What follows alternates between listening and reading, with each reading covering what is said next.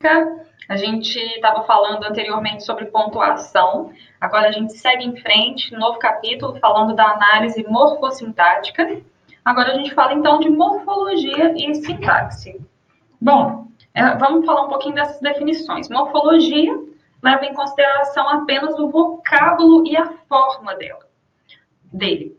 Na morfologia, um vocábulo ele pertence a uma classe gramatical ou uma classe morfológica. Classe gramatical, algumas delas aqui, classes nominais, que são substantivos, adjetivos, artigos, pronomes, numerais. Tem as classes oracionais, que são as preposições e conjunções. Tem as classes verbais, que envolvem os verbos e os advérbios. E tem também a classe das interjeições. A sintaxe. A sintaxe, por sua vez, ela estuda os vocábulos em determinado contexto, ou seja, dentro de cada oração. Análise sintática. Na análise sintática, um vocábulo pode representar, por exemplo, termos essenciais da oração, então o sujeito e o predicado. Pode representar também termos integrantes da oração, representados pelo complemento dos verbos, pode ser um objeto indireto, ou então um objeto direto, pode ser predicativo, pode ser complemento nominal, ou então agente da passiva. E o vocábulo também pode representar termos acessórios da oração. Pode ser um vocativo, um adjunto adnominal, um aposto, um adjunto adverbial. E por aí vai. Vamos lá, a gente seguindo em frente falando da morfossintaxe, que é a ligação entre a morfologia e a sintaxe. Bom, as análises morfológicas e sintáticas são distintas, enquanto uma analisa apenas a formação dos vocábulos, a outra analisa as palavras dentro do contexto, dentro de uma oração. Se pensarmos morfologicamente na palavra casa, a gente vai saber que se trata de um substantivo, e especificamente um substantivo concreto. No entanto, esse vocábulo pode possuir muitas funções sintáticas distintas. Classificações aqui sobre isso, uma palavra com a mesma classificação morfológica pode ser representada por diferentes classificações sintáticas. Por exemplo, a casa era bonita. Casa aqui é o sujeito. Ou então, João pintou a casa.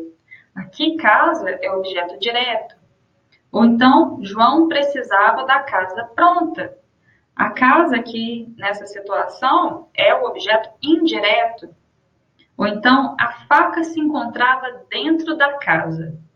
Casa, nessa situação, é o adjunto adverbial de lugar. É necessário perceber que, ainda que possua muitas classificações sintáticas, nesses exemplos casa, a casa em si continua com a mesma noção semântica e morfológica. Então, quando a gente lê essas frases, a gente ouve essas frases, a gente pensa na mesma casa. Ela pode ser grande, ela pode ser pequena, independentemente da oração que a gente está trabalhando ali naquele momento. Isso tem a ver com a imagem acústica. A imagem acústica que o ouvinte tem do objeto, ela determina a morfologia. Então, como a imagem não muda, a classificação morfológica segue igual. Ainda que a gente tente pensar em casos diferentes para as frases que eu falei anteriormente, existe um significado macro, um significado maior, que vai permanecer igual. Então, quando a gente fala casa, a gente já tem a nossa ideia do que é casa. Isso para cada pessoa vai ser diferente. Enquanto um vai imaginar uma casa grande, o outro vai imaginar uma casa pequena, e por aí vai. Então, seguindo em frente, eu vou fazer uma perguntinha para vocês. Deixa eu escolher uma pergunta legal aqui para vocês. Por exemplo,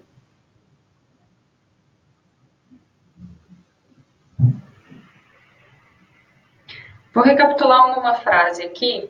As análises morfológicas e sintáticas são distintas, enquanto uma analisa apenas a formação dos vocábulos, a outra analisa palavras dentro de um contexto de uma oração. Então, isso é uma forma da gente recapitular. Alguns exemplos de classes gramaticais.